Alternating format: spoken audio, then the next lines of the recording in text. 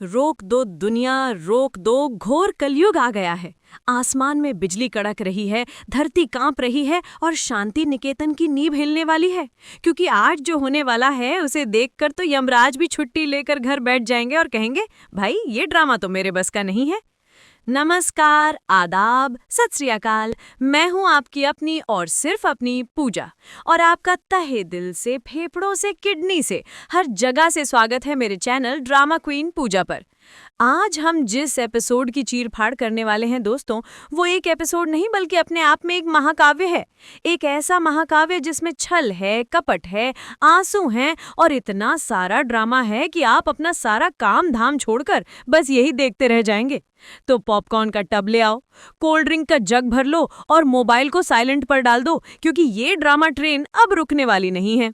तो कहानी की घंटी बजती है वीरानी मैंशन में, जिसका नाम तो शांति निकेतन है, पर भगवान कसम यहाँ शांति के अलावा सब कुछ मिलता है।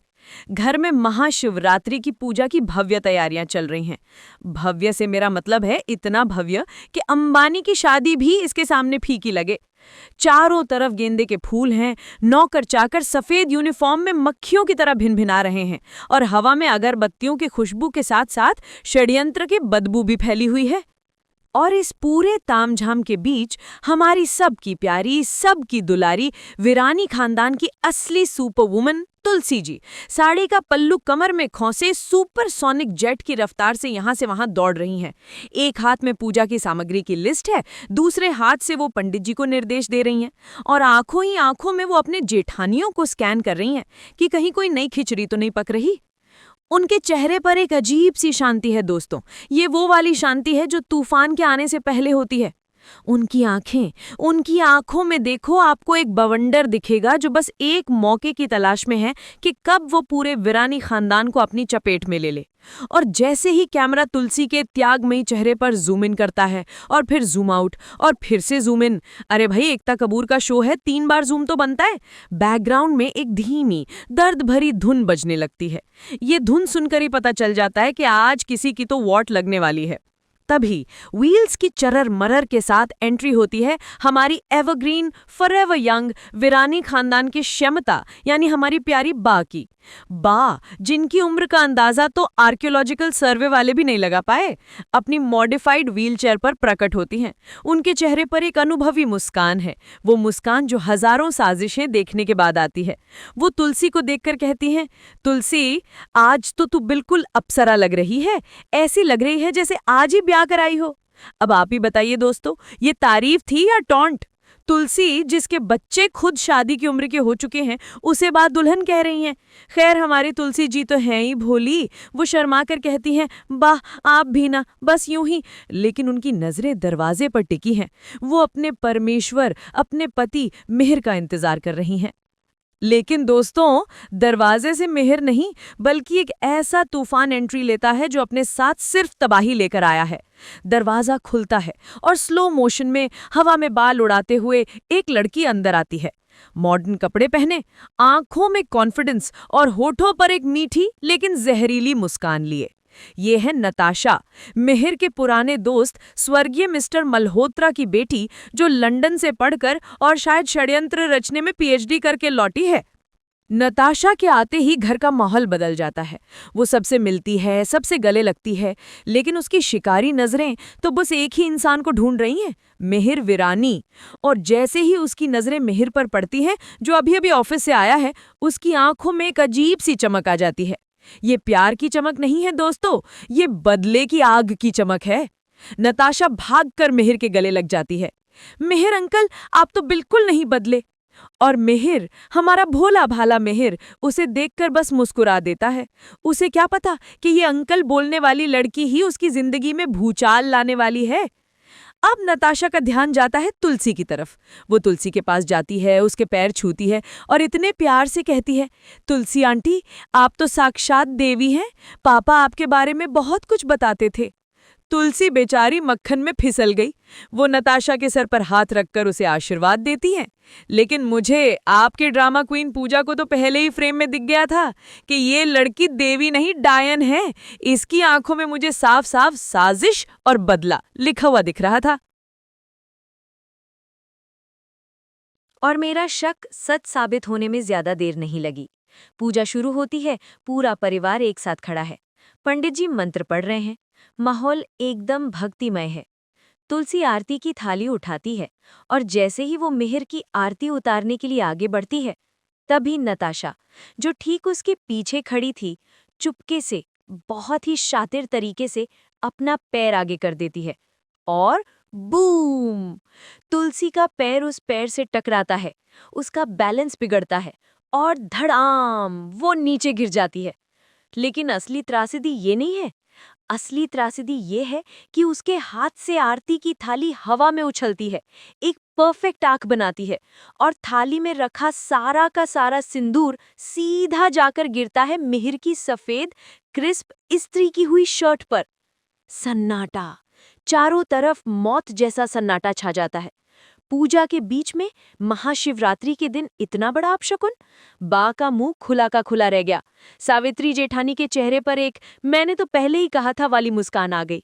और तुलसी, उसकी आंखों में आंसू और दिल में एक अनजाना डर भर गया। और इन सब के बीच हमारी विलेन नताशा, वो ऐसे मुंह बनाकर खड़ी हो गई जैसे उसे तो ऑस्कर के लिए नॉमिनेट करना चाहिए। Oh my God Tulsi aunty, आप ठीक तो है ना? मुझसे गलती हो गई, मेरा पैर फिसल गया। हाय रे तेरी एक्टिंग।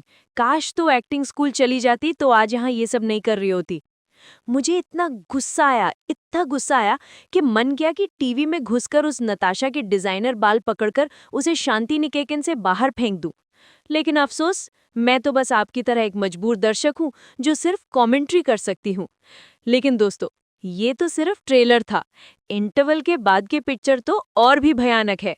ये मत सोचना कि कहानी यहाँ खत्म हो गई। अरे ये तो उस सुनामी की पहली लहर थी जो वीरानी परिवार को बहाकर ले जाने वाली है। तो सिंदूर कांड के बाद घर का माहौल एकदम गरम तवे जैसा हो गया है।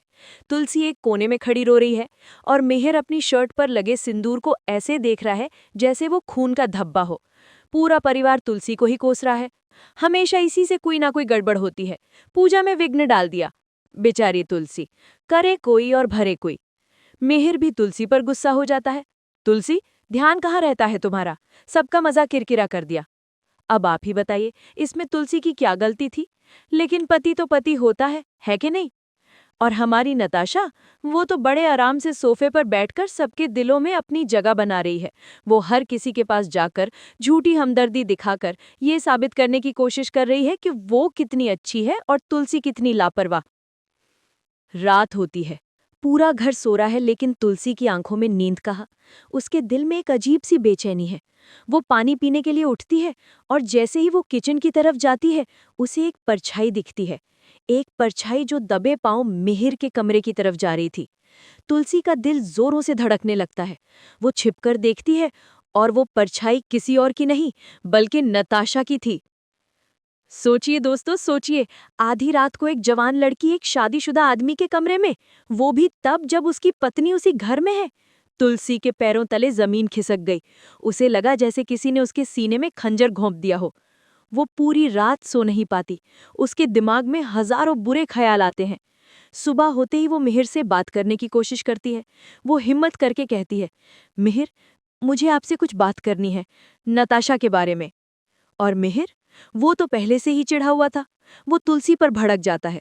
क्या नताशा, तुम पागल हो गए हो क्या? तुलसी, वो मेरी बेटी जैसी है और तुम उस पर शक कर रही हो? शर्म आनी चाहिए तुम्हें। बस, हो गया सत्यानाश।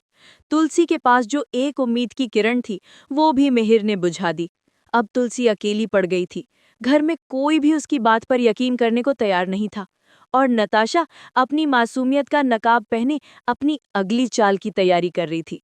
और उसकी अगली चाल थी एक बहुत बड़ी बिजनेस डील। नताशा मिहिर के पास एक फाइल लेकर आती है और कहती है, मिहिर अंकल, ये एक इंटरनेशनल प्रोजेक्ट है। अगर ये हमें मिल गया तो वीरानी इंडस्ट्रीज आसमान की बुलंदियों पर पहुंच जाएगी। लेकिन इसके लिए हमें कुछ दिनों के लिए लंदन जाना होगा। देखा देखा आपने, कितनी शातिर है ये लड़की। ये है उसका मास्टर प्लान। वो मिहिर को तुलसी से और पूरे परिवार से दूर ले जाना चाहती है ताकि वो अपना असली खेल खेल सके। मिहिर जो बिजनेस के मामले में अंधा हो जाता है, तुरंत तैयार हो जाता है। तुलसी उसे रोकने की बहुत कोशिश करती है। वो रोती है, गिड़गिड़ाती है, मत जाओ मिहिर, मेरा दिल कह रहा है कि कुछ गलत होने वाला है। लेकिन मिहिर उसकी एक नहीं सुनता। वो कहता है, तुलसी, ये मेरे करियर का सवाल है, तुम हमेशा इमोशनल हो जाती हो। और फिर वो दिन आ ही जाता है। मिहिर और नताशा लंदन के लिए तैयार है। पूरा परिवार उन्हें एयरपोर्ट पर छोड़ने जाता है। तुलसी की आंखें रो रो कर सूज गई हैं। वो मिहिर का हाथ पकड़कर बस इतना ही कह पाती है, अपना ख्याल रखना। मिहिर, जो हमेशा तुलसी के आंसुओं से पिघल जाता था, आज पत्थर बना हुआ है। वो बस रूखेपन से कहता है, मैं जल्दी वापस आ जाऊंगा। और जैसे ही वो दोनों सिक्योरिटी चेक इन के लिए अंदर जाते हैं, नताशा पलटकर तुलसी को देखती है और उसके चेहरे पर एक ऐसी शैतानी मुस्कान आती है जिसे देखकर तुलसी का कलेजा कांप जाता है। उस मुस्कान का मतलब था, खेल अब शुरू। अब आप सोच रहे होंगे कि पूजा बस, कहानी खत्म। अरे नहीं, ये तो बस इंटरवल था। असली कहानी, असली ड्रामा, असली बदला तो अब शुरू होगा। क्योंकि अब तुलसी सिर्फ एक बहू नहीं, बल्कि एक जासूस, एक योद्धा और एक रक्षक बनने वाली है। मिहिर के जाने के बाद शांति निकेतन में एक अजीब सा सन्नाटा पसर गया है। तुलसी गुमसुम रहने लगी है। लेकिन ये वो खामोशी नहीं है जो हार मान लेती है। ये वो खामोशी है जो एक नई रणनीति बनाती है। तुलसी अब मंदिर में जाकर सिर्फ रोती नहीं है, बल्कि वो भगवान से शक्ति मांगती है। वो फैसला करती है कि वो सच का पता लगाकर रहेगी। वो नताशा का अतीत खंगालना शुरू करती है। वो चुपके से मिहिर के ऑफिस जाती है और मिस्टर मल्होत्रा की पुरानी फाइलें ढूंढती है। और फाइलों की धूल के बीच उसे एक पुरानी डायरी मिलती है। ये डायरी मिस्टर मल्होत्रा की थी। और जैसे जैसे तुलसी इस डायरी के पन्ने पलटती है, उसकी आंखों के सामने से पर्दा हटने लगता है। उसे पता चलता है कि मिस्टर मल्होत्रा की मौत एक एक्सीडेंट नहीं, बल्कि एक सोची समझी साजिश थी। और उस साजिश का सबसे बड़ा मोहरा मिहिर को बनाया गया था। डायरी में लिखा था कि मिहिर के एक बिजनेस राइवल मिस्टर सक्सेना ने मल्होत्रा को धोखा दिया था और इल्जाम मिहिर पर डाल दिया था। अब तुलसी को सब समझ आ गया। नताशा बदला लेने आई है, लेकिन वो गलत इंसान से बदला ले रही है। उसका असली दुश्मन मिहिर नहीं, बल्कि मिस्टर सक्सेना है, जो शायद उसका चाचा या कोई करीबी रिश्तेदार है और जिसने सालों से उसके मन में मिहिर के खिलाफ जहर भरा है। हे भगवान, ये तो कहानी कहानी घर घर की और सीआईडी का मिक्सचर बन गई है। अब तुलसी क्या करेगी? उसके पास सबूत है, लेकिन उसका पति 7 समंदर पार एक नागिन के चंगुल में फंसा है। तुलसी फैसला करती है कि अब वो चुप नहीं बैठेगी। वो अबला नारी नहीं, बल्कि चंडी का रूप धरेगी। वो फैसला करती है कि वो लंदन जाएगी। सोचिए, वो तुलसी जिसे शायद ये भी नहीं पता होगा कि वीजा क्या होता है, वो अब इंटरनेशनल जासूसी करने जा रही है। ये है असली विमेन एम्पावरमेंट। और इस मिशन में उसका साथ कौन देता है? हमारी प्यारी बा। तुलसी रात के अंधेरे में बा के कमरे में जाती है और उन्हें सब कुछ बता देती है। बा, जो जिंदगी का हर मौसम देख चुकी हैं, वो तुलसी की आंखों में सच्चाई देख लेती हैं। और वो कहती हैं, जा तुलसी जा, जी ले अपनी जिंदगी और मेरे बेटी को उस चुड़ैल से बचाकर ला। बात चुपके से अपनी तिजोरी से पैसे निकालकर तुलसी को देती हैं और फिर शुरू होता है मिशन लंदन का ऑपरेशन। तुलसी अपनी पुरानी दोस्त की मदद से रातों रात पासपोर्ट और वीजा का जुगाड़ करती है। वो किसी को कानों कान खबर नहीं होने देती। और फिर एक सुबह जब सूरज भी नहीं निकला था, तुलसी अपना छोटा सा बैग उठाकर घर के मंदिर में माथा टेककर एक अनजाने सफर पर निकल पड़ती है। वो एक चिट्ठी छोड़ जाती है जिसमें लिखा था, मैं अपने भगवान को लेने जा रही हूँ। अब सीन कट होता है और हम पहुंचते हैं लंदन। यहाँ नताशा ने अपना जाल बुनना शुरू कर दिया है। वो मिहिर को इमोशनली ब्लैकमेल कर रही है। वो उसे अपने झूठे आंसू दिखाती है, अपने पापा की झूठी कहानियां सुनाती है और धीरे धीरे उसे ये यकीन दिलाने की कोशिश कर रही है कि वीरानी परिवार ने उसके साथ बहुत गलत किया है। और फिर वो दिन आता है जब नताशा अपना आखिरी पत्ता फेंकती है। वो मिहिर को एक पुरानी सुनसान फैक्ट्री में बुलाती है, ये कहकर कि यहाँ डील का आखिरी पेपरवर्क होना है। मिहिर बेचारा अपनी मर्सिडीज में बैठकर उस डरावनी जगह पर पहुंचता है और जैसे ही वो फैक्ट्री के अंदर कदम रखता है, दरवाजा अपने आप बंद हो जाता है और सामने खड़ी है नताशा और उसके हाथ में है एक बंदूक। मिहिर के होश उड़ जाते हैं। नताशा, ये सब क्या है? ये मजाक करने का वक्त नहीं है। नताशा पागलों की तरह हंसती है। मजाक? मेरी पूरी जिंदगी एक मजाक बनकर रह गई है मिहिर वीरानी, और आज मैं वो मजाक खत्म कर दूंगी। तुमने मेरे पापा को मारा था और आज मैं तुम्हें मारूंगी। वो बंदूक मिहिर पर तान देती है। उसकी उंगली ट्रिगर पर है। मिहिर की आंखों के सामने उसकी पूरी जिंदगी घूम जाती है। तुलसी, उसके बच्चे, बा। और जैसे ही नताशा गोली चलाने वाली होती है, तभी फैक्ट्री का दरवाजा टूटकर खुल जाता है और सामने खड़ी है हमारी तुलसी। साड़ी पहने, मांग में सिंदूर लगाए और आंखों में ज्वाला लिए वो किसी देवी की तरह लग रही है। रुक जाओ नताशा, तुलसी की आवाज पूरी फैक्ट्री में गूंज जाती है। नताशा और मिहिर दोनों हैरान, तुलसी यहाँ कैसे? अब शुरू होता है असली क्लाइमैक्स। तुलसी नताशा और मिहिर के बीच में खड़ी हो जाती है। जिसे तुम अपना दुश्मन समझ रही हो नताशा, वो बेगुनाह है। तुम्हारे पापा का असली कातिल मिस्टर सक्सेना है। और फिर तुलसी एक एक करके सारे सबूत सामने लगती है। वो मल्होत्रा की डायरी दिखाती है। वो सक्सेना की धोखेधड़ी के बारे में बताती है। नताशा का दिमाग सुन्न हो जाता है। उसे अपने कानों पर यकीन नहीं होता। और तभी लंदन पुलिस की टीम, जिसे तुलसी ने पहले ही इन्फॉर्म कर दिया था, वहां पहुंचती है और उनके साथ होता है मिस्टर सक्सेना, जिसे पुलिस ने एयरपोर्ट से ही पकड़ लिया था। सक्सेना को देखकर नताशा टूट जाती है। सारी सच्चाई उसके सामने आ जाती है। वो जमीन पर बैठकर फूट फूट कर रोने लगती है। बंदूक उसके हाथ से गिर जाती है। तुलसी, हमारी महान तुलसी, उसे उठाती है और उसे गले लगा लेती है। गलती तुम्हारी नहीं है बेटा, तुम्हें तो बस इस्तेमाल किया गया। मिहिर बस खड़ा खड़ा ये सब देखता रहता है। उसके आंखों में आज अपनी पत्नी के लिए सिर्फ प्यार नहीं बल्कि इज्जत भी है। उसे आज समझ आया कि उसकी तुलसी सिर्फ एक बहू नहीं बल्कि एक कवच है जो हर मुसीबत से उसके परिवार की रक्षा करती है। और फिर कहानी का सबसे प्यारा सीन, मिहिर और तुलसी प्लेन में वापस आ रहे हैं। मिहिर तुलसी का हाथ पकड़कर कहता है, तुलसी, अगर आज तुम ना होती तो मुझे माफ कर दो। तुलसी बस मुस्कुरा देती है और अपना सर मिहिर के कंधे पर रख देती है। इंडिया में उनका स्वागत एक हीरो और हीरोइन की तरह होता है। बा उनकी आरती उतारती हैं और पूरा परिवार उन पर फूल बरसाता है। शांति निकेतन में आज सच में शांति लौट आई थी। तो दोस्तों, कैसा लगा आपको ये पूरा एपिसोड? मेरे तो रोंगटे खड़े हो गए थे। ये एपिसोड हमें सिखाता है कि एक औरत जब अपने परिवार पर आती है तो वो कुछ भी कर सकती है। वो तुलसी से चंडी बन सकती है। अगर आपको भी मेरी तरह ये ड्रामा देखकर मजा आया तो आप जानते हैं आपको क्या करना है। जल्दी से इस वीडियो को एक बड़ा सा लाइक दो और कमेंट सेक्शन में मुझे बताओ कि आपका फेवरेट सीन कौन सा था। और हाँ, ड्रामा क्वीन पूजा को सब्सक्राइब किए बिना यहाँ से कोई नहीं जाएगा। वो जो लाल वाला बटन है ना, उसे दबाओ और उसके बगल में जो घंटी है उसे भी बजा दो, ताकि जब भी मैं कोई नया वीडियो डालूं आपके फोन की भी घंटी बज जाए।